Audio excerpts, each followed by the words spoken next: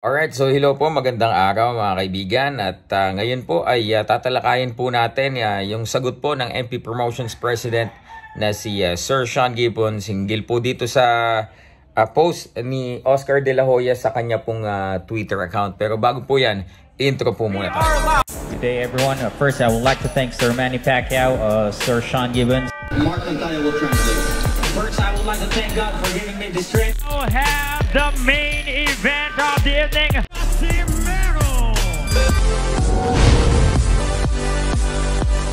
Alright, so mga kaibigan, ito nga po, Sir Sean Gibbons ay ito na nga po sinagot po niya itong post ni Oscar De La Hoya hinggil po dito sa usapin ng possible na laban between Ryan Garcia of Golden Boy Promotions and ito nga pong si Isaac Pitbull Cruz ng MP Promotions na kakatapos lamang ng labanan ang bata ni Floyd Mayweather na si Gervonta Tank Davis, because although natalo po si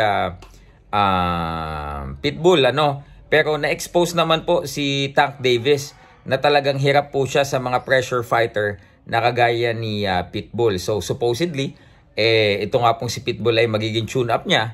Pero ang nangyari, mukhang nahirapan po talaga itong si Tank Davis dito po kay Pitbull. So mga kaibigan, ito pong usap-usapan ng possibility nitong Ryan Garcia versus ito pong si Isaac Pitbull Cruz ay naging matunog after po nung laban ni Pitbull against sa Gervonta Tank Davis.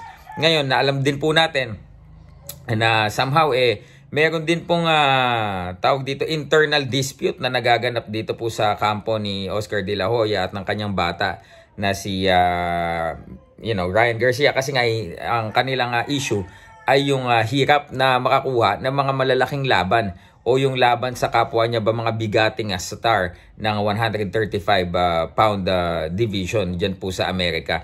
Ngayon po, itong si Oscar De La Hoya, unang-una na nag-post mga kaibigan. Ito po ang kanyang post. Sabi niya, "It is very unfortunate.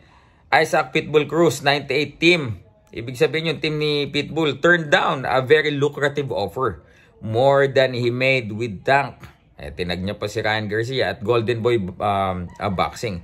So sa makatwid baga, itong post po nito is parang just to impress Ryan Garcia that he is doing something for the career of Ryan Garcia. Meaning he is trying to get big fights for Ryan Garcia. Pero agad nga po itong sinagot ni Sir Sean Gibbons. Actually, nag-post po siya at the same time minayday niya din po ito po sa kanyang Facebook mga kaibigan. Sabi po ni Sir Sean Gibbons dito, "Oscar, while I understand your desperation in showing King Ryan you are doing something on his behalf in your role as his promoter," sabi po ni Sir Sean, "do you think putting out a falsehood like this will impress him?" Ano pong ibig sabihin nun? Ibig sabihin po nun, wala talagang nangyaring kaganapan na nag-reach out itong ang Golden Boy Promotions ni Oscar De La Hoya sa MP Promotions na siyang may hawak kay Isaac Pitbull Cruz para sila'y maglaban. Kanina po nanggaling yun mismo kay Sir Sean Gibbons, because if you would like to have Pitbull Cruz as your fighter's next opponent, of course kukontakin mo yung may hawak dun sa posibleng makalaban. How can they turn it down kung wala ka naman daw ino-offer?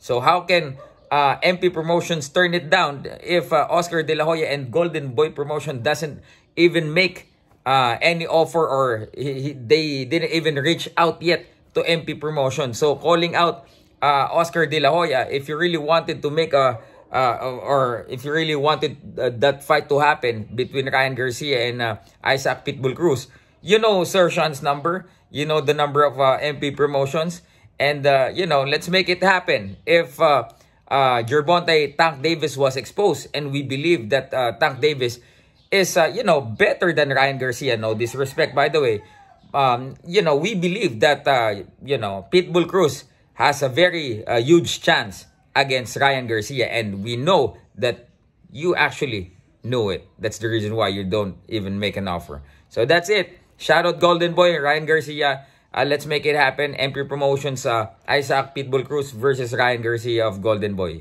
Promotions. Peace out.